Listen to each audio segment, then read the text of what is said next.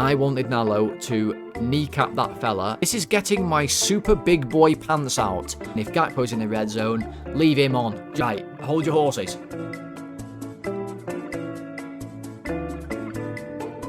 Right, hello everybody, welcome back to The Golden Sky. I'm Tom. This is the player ratings for Liverpool's 6-0, yes, 6-0 win against Qarabag in the Champions League, where apparently we are ace. Very, very weird. We can play well in the Champions League and awful in the Prem. Maybe we should have Alonso manage us in the Prem and slot managers in the Champions League and we win every trophy there is to win. Maybe that's the key. But these are the player ratings. This is the Golden Sky. So here are the lads who played. Let's give them all a rating. This game was very weird.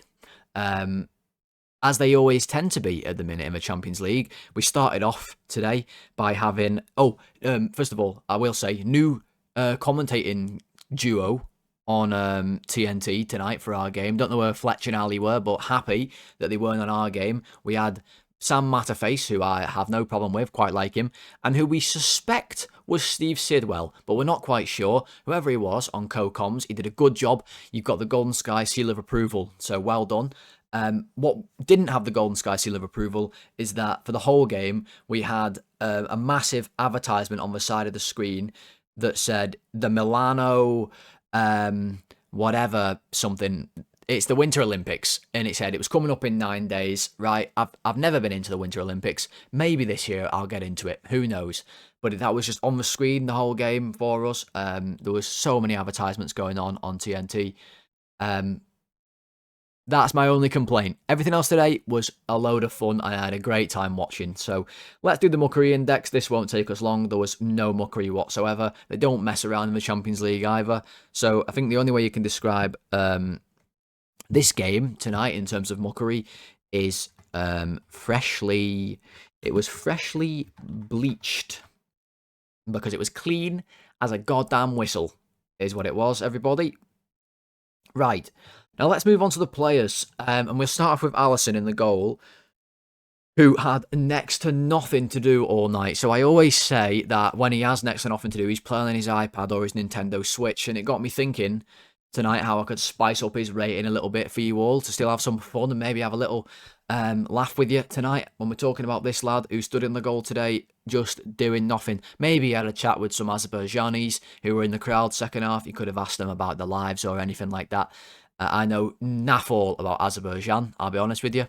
So maybe Alisson now knows more than me. But what I thought would be fun, I've got in front of me right now the top 5 games of all time on Nintendo Switch. So I thought we'd just quickly run through these and see which one Ali would have been playing. Okay, let's fire through. At number 5, we've got one called Metroid Prime. This is some sort of robot game. An intergalactic bounty hunter game. Not sure about this one. Not sure Ali would like this, to be honest. What do you reckon, guys? He doesn't strike me as a robot kind of guy, Ali, but there we go.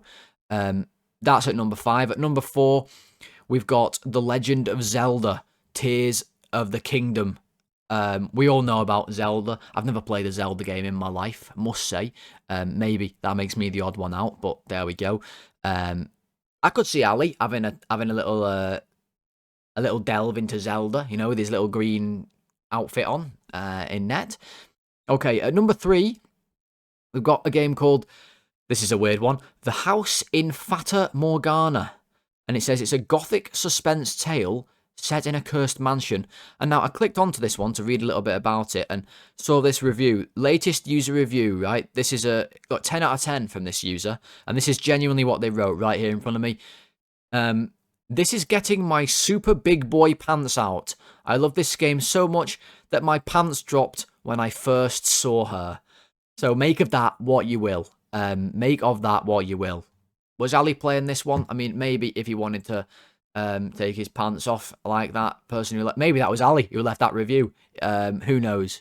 Probably not though. Number 2, we've got an absolute classic, Super Mario. Super Mario Odyssey to be specific. I mean, we all love Mario. If you're going to get a Nintendo Switch, if I was anyway, Mario would be the first game that I go and get, so that's always a classic. And then at number 1, we've got a game by the name of Tetris Effect. So that's got to just be Tetris, right? Of some kind. Snazzy Tetris 2026 or 2021, sorry. Tetris here. Don't know how they're still remaking this game. It's just fitting blocks into other blocks, but there we go. Maybe I don't know something there. All you Nintendo Switch fans, let me know if that game's any good. There's your top 5 for me. He's got to be playing Mario unless he's dropping his keks at the House of Fata Morgana, whatever that game is. Obviously, it's just a 6 for Ali tonight. Then we have Frimpong. Now, Frimpong today, amazing game. The only, just the perfect right-back performance.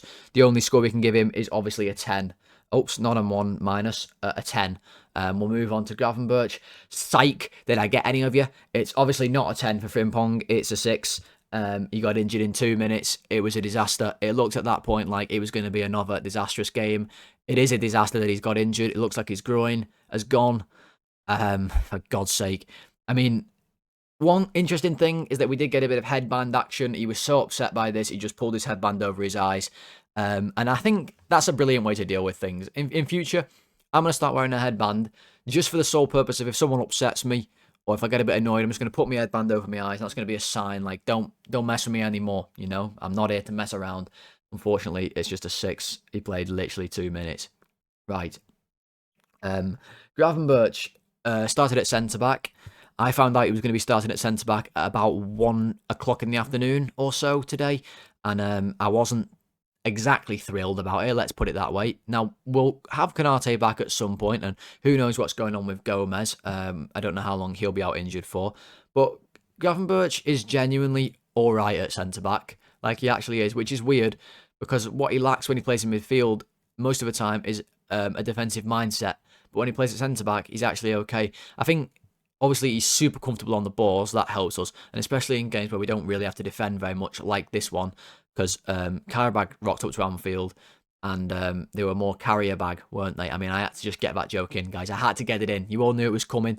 They were pretty poor, weren't they? So, except for one fella, there was one lad for them called Johnny Montiel, right? He was ace. Did you see him? Number 9 he was for Qarabag. He was the nippiest little player I've ever seen. He reminded me of Taki Minamino when we played Salzburg, and he just tore us up at Anfield. Did Google him. He's 27, but he cost about, a fiver. So bring him to Anfield is what I say. He can't be any worse than the options we've got. But Gravenberch was just fine, wasn't he? He didn't have anything to do, so let's just give him a 7. And we'll go to Van Dijk, who honestly, could have had 3 goals. And we'll talk more about the corners maybe when we get to McAllister.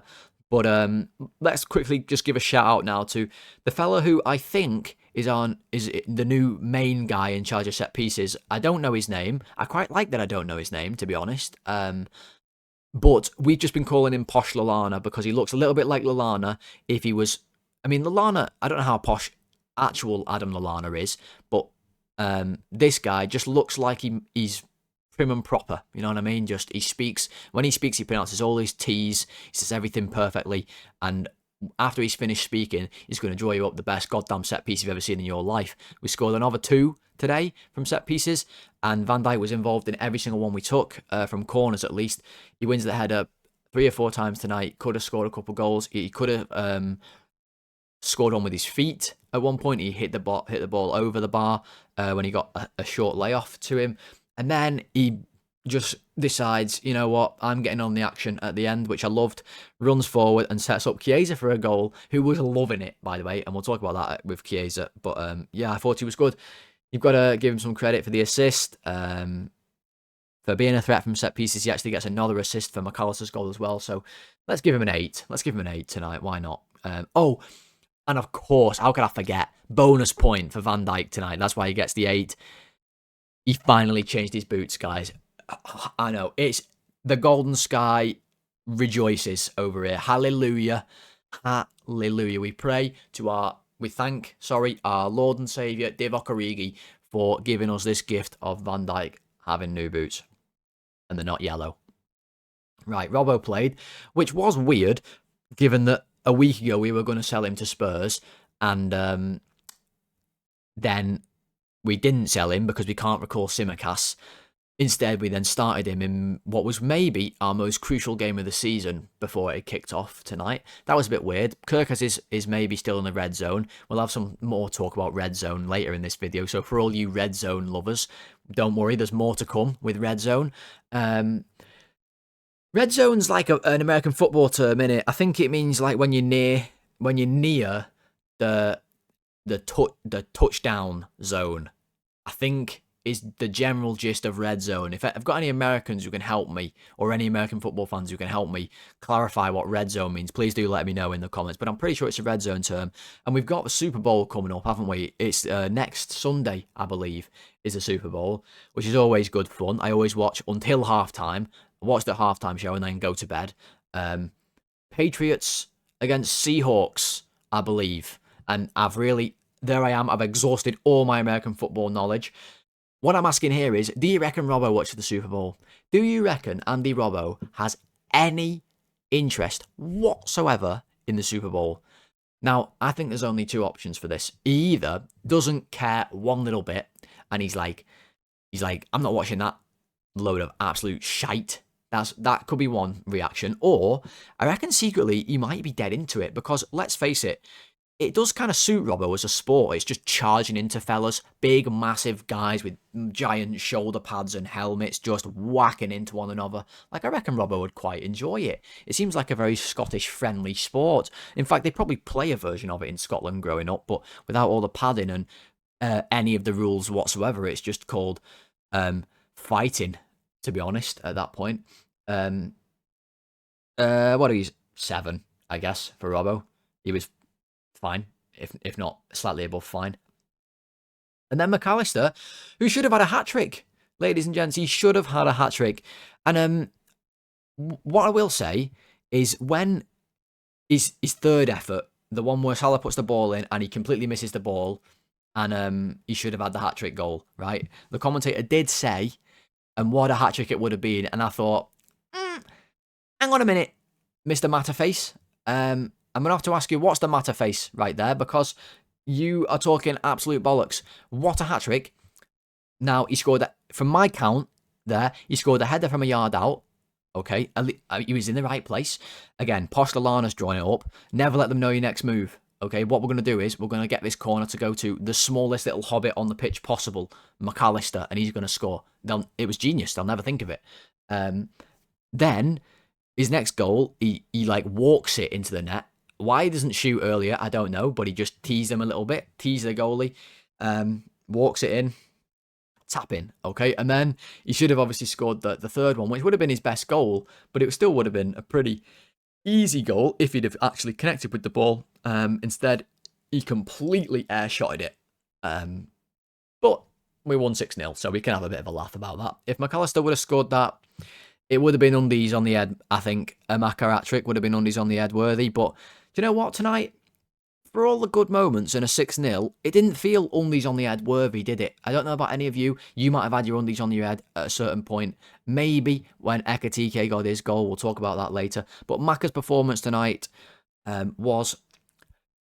I mean, it was good, wasn't it? Let's not get overboard. Let's not get distracted by the goals there.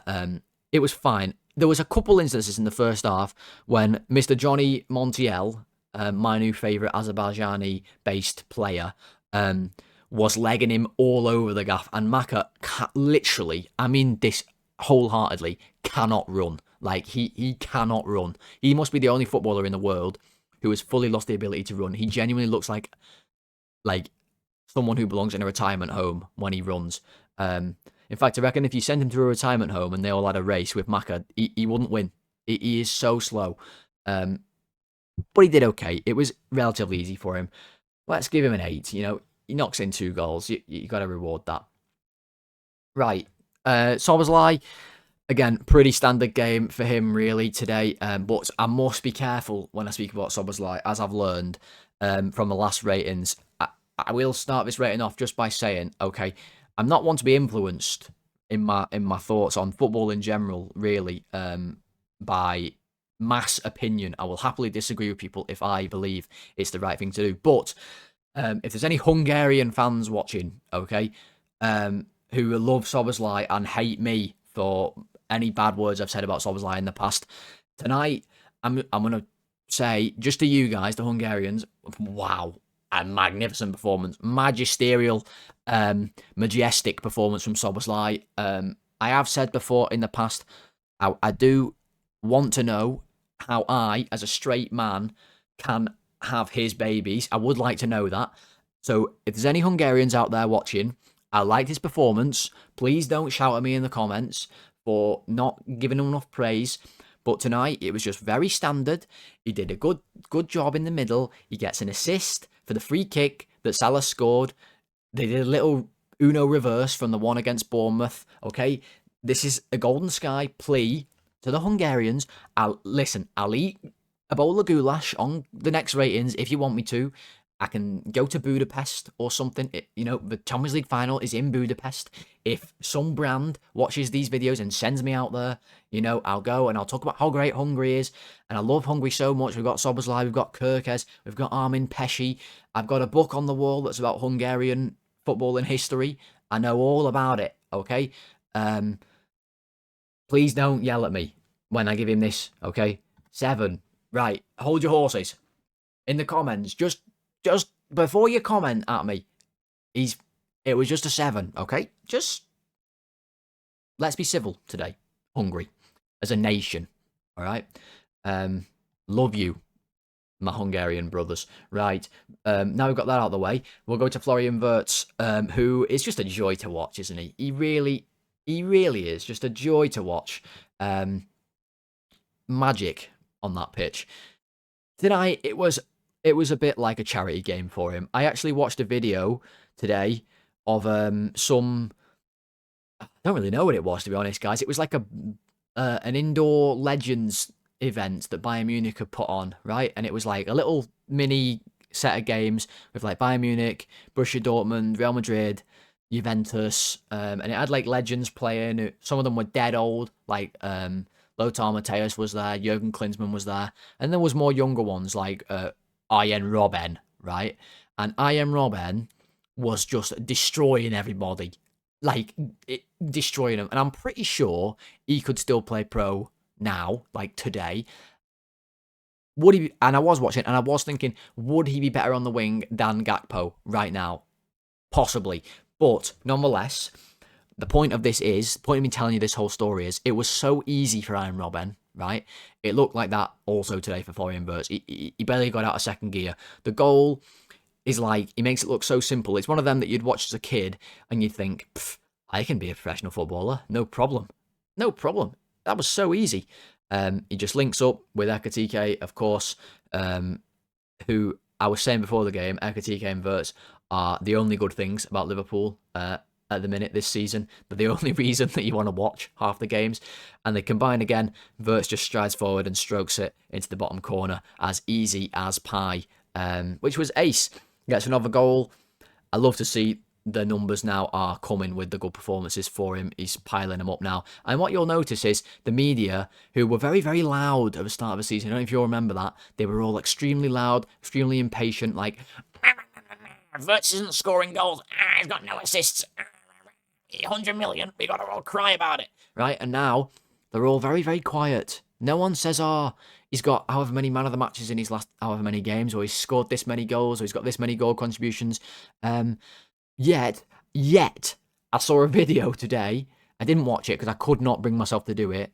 It was one of them Sky fan shows where they get all the fans on and they talk to Paul Scholes and Jamie Carragher about pure waffle. And the title said, Declan Rice Ballon d'Or, ? And I nearly shat my pants right there and then. I thought, oh my God, we cannot be here as a footballing fan base. Because if that's where we are, and yet we criticise players like Florian Wirtz because he hasn't got an assist in his first 10 games at Liverpool, then we should just stop football. It should just end right there. He was just good. He wasn't amazing. I was begging for him to come off the pitch when he did. We didn't need him on anymore, and I'm happy that Slot took him off. He might have been in the red zone. Who knows? I don't know, but I'm happy he came off. just wrap him up in cotton wool. Never let him go outside without any protection. He's the life and soul of all things good at Liverpool. Yeah, easy 7, I think, for Wirtz tonight. An easy 7 there for him. Like I said, barely got out of second gear. Let's go on to Salah then, who... This is a tricky rating tonight, to be honest, because the first half, I'm pretty sure I would bet quite a lot of money on the fact that Mo Salah had his boots on the wrong feet. He was playing, in fact, in banana boots and not the colour. They were like skew-if because he literally could not keep the ball to a Liverpool player if his life depended on it. Every single thing he did, he either lost it by getting tackled or lost it by giving it away. It was unbelievable. And then in the second half, he scores that goal, right? Brilliant free kick. Let's say it like it is. It was a really good free kick. Exact same technique we did against Bournemouth. Just roll the ball away from the wall and curl it to the keeper's side, and he smashed it in. I mean, it was emphatic. It was really classic Salah. And he seemed to get some confidence from that, I think, after that. He put a lovely cross in, like I said, for McAllister, who should have scored. Put some good corners in as well. You have to give credit for that because our corners have been really bad. I think Arne Slot described our corners the other day as a disaster this season, which I'm not quite sure is the confidence instiller that you'd want from your manager, but nonetheless, that's a whole separate issue. He did put a good cross in the first half for Gakpo, who proceeded to miss, obviously. We'll talk about Gakpo more in a second. That was a decent ball from him in the first half, and generally he tries trickier passes, but he's got to keep the ball better. He was on a low rating in that first half. I'll tell you that one for free, okay? But then he pulled it out of the bag. Good finish from the free kick, like I said. Seemed to get some confidence. And there's something in me, right, that will just never be able to stop loving when he scores a goal and he turns and looks at the cop and he has his arms out and he starts tapping the badge. I just get these chills, all the hairs in my body just stand up. I just think, oh, Mo, I absolutely bloody love you, mate. I really do love you. And tonight, you've worked your way back up to a 6. I think it's got to be a 6. Let's not get crazy because he was bad in the first half. Right. Ekitike, though, is absolutely ace. He is the bee's knees, this fella, isn't he, mother truckers? What a guy this guy is. The ultimate mother trucker is what this fella is. He is amazing. And no coincidence, he's fixed his haircut. It's not as dodgy blonde anymore. And that performance tonight, I mean, the assist for Wirtz's goal is brilliant. He just muscles his way through some defenders somehow. I don't know how. Sort of Barry chuckles his way through. And, by the way, let me explain that term. Barry chuckling your way through is when you just sort of bobble the ball through the defenders, because that's what Barry Chuckle, who plays up front for Everton, if you're not familiar, does all the time, just bobbles the ball around. So Ekitike, Barry chuckles his way through and then plays the ball through to Wirtz into his path and gets the assist. That was brilliant individual play. At times tonight, he was just playing on his own, like dribbling through players like they weren't even there. He's so dynamic on the ball. His dribbling is amazing. And then the goal. What I've just realised it's another Van Dijk assist. Did Van Dijk get 3 assists tonight? Because it's a Van Dijk assist when he just boots the ball forward. I'm happy I gave him an 8 now. Wow, my goodness. He boots the ball forward, and Ekitike just goes, you know what?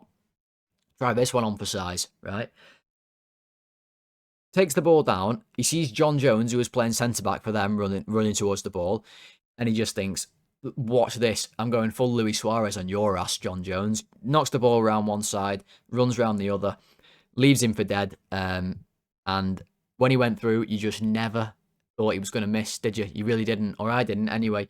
It's like Daniel Sturridge going through. You never thought he was going to miss. Pops the ball in the net.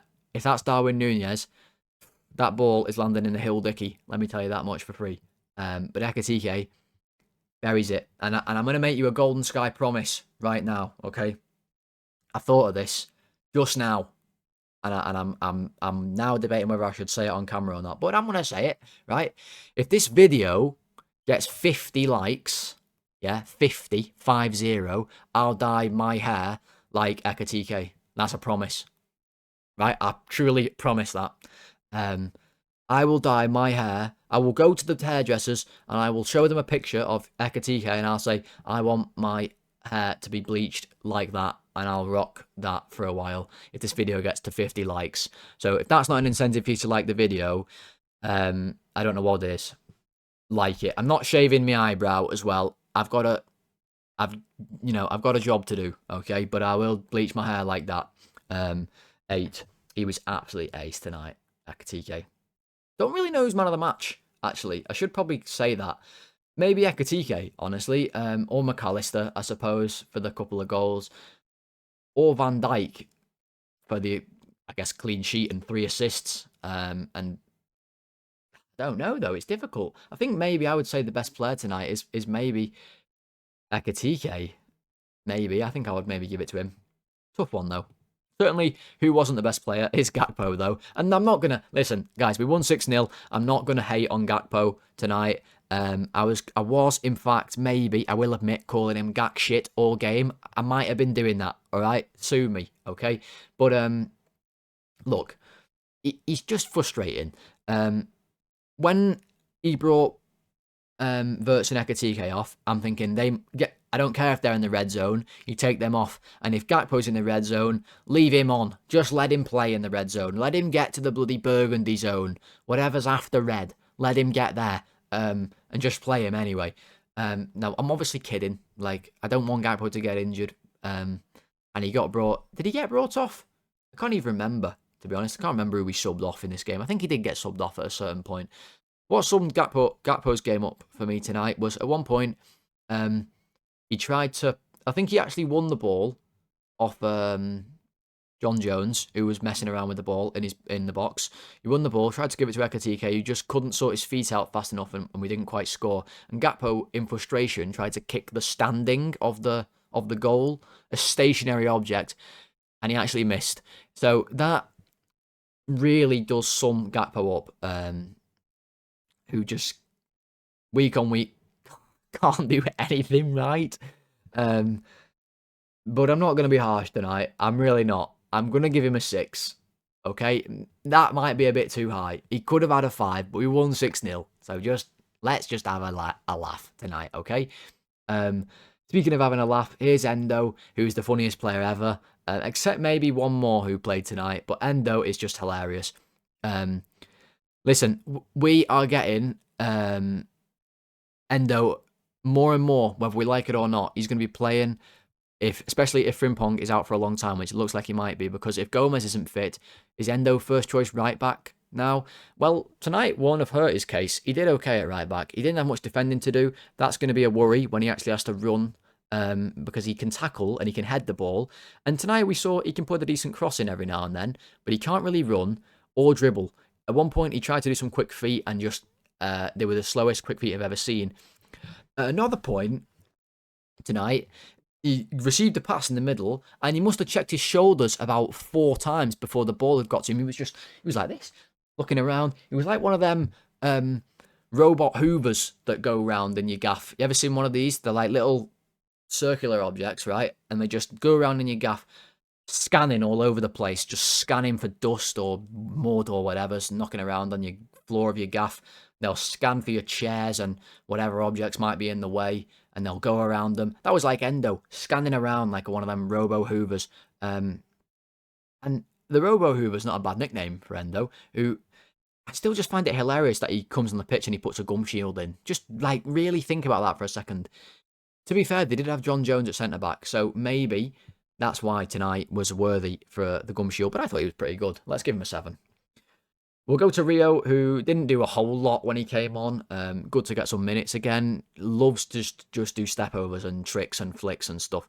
I think once he, like, channels, like, using that to really burst past players, that's going to be the next stage for him, I think, because he runs at players a lot, and he likes to really punch passes into the box. I like that about his game. But once he realises, like, you know, how to really just make the game look dead easy. I'm thinking, like, some of the best wingers I've seen, I'm thinking pure wingers, like Eden Hazard style. He was very, very skillful, but he could beat players with very, very simple moves and just ghost past them. If Rio gets to that level, that's when we've got a real serious player. But tonight, just a 6 standard.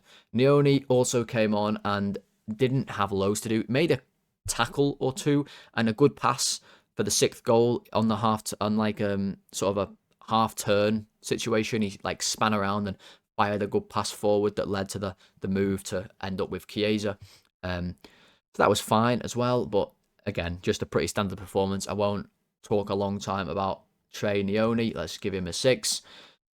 Then we brought Chiesa on, who just smiled the whole game. He was absolutely buzzing tonight. I've never seen a human so happy in all my life. He's back out of the dungeon again. He's been released. He was out of the dungeon, then he was back in. Now he's out again. And he was out with a goal. Black eyes gone. And he took it well. Van Dijk gave him the ball, took a touch, slotted it in the corner. No pun intended. Happy days. And he was dead happy when he did a little... He's like pointing at Van Dijk for ages. Like, oh, you, my little mate. You are my friend. That's what he was saying. He was loving it. He was so happy. And I was so happy. 6-0. Can't complain at that, can you? I think if I worked it out, although it is very, very difficult to work it out, that means in the next round, we will play one of these 4 teams, right? Either it'll be Juventus, Atletico Madrid, Club Brugge, or Galatasaray. One of those 4. Working out who is going to be is even harder, and I'm not even 100% sure that I've worked that out correctly, but I think I have. So don't want Atletico. The others I think are okay. Chiesa might play his old club, Juventus. 7.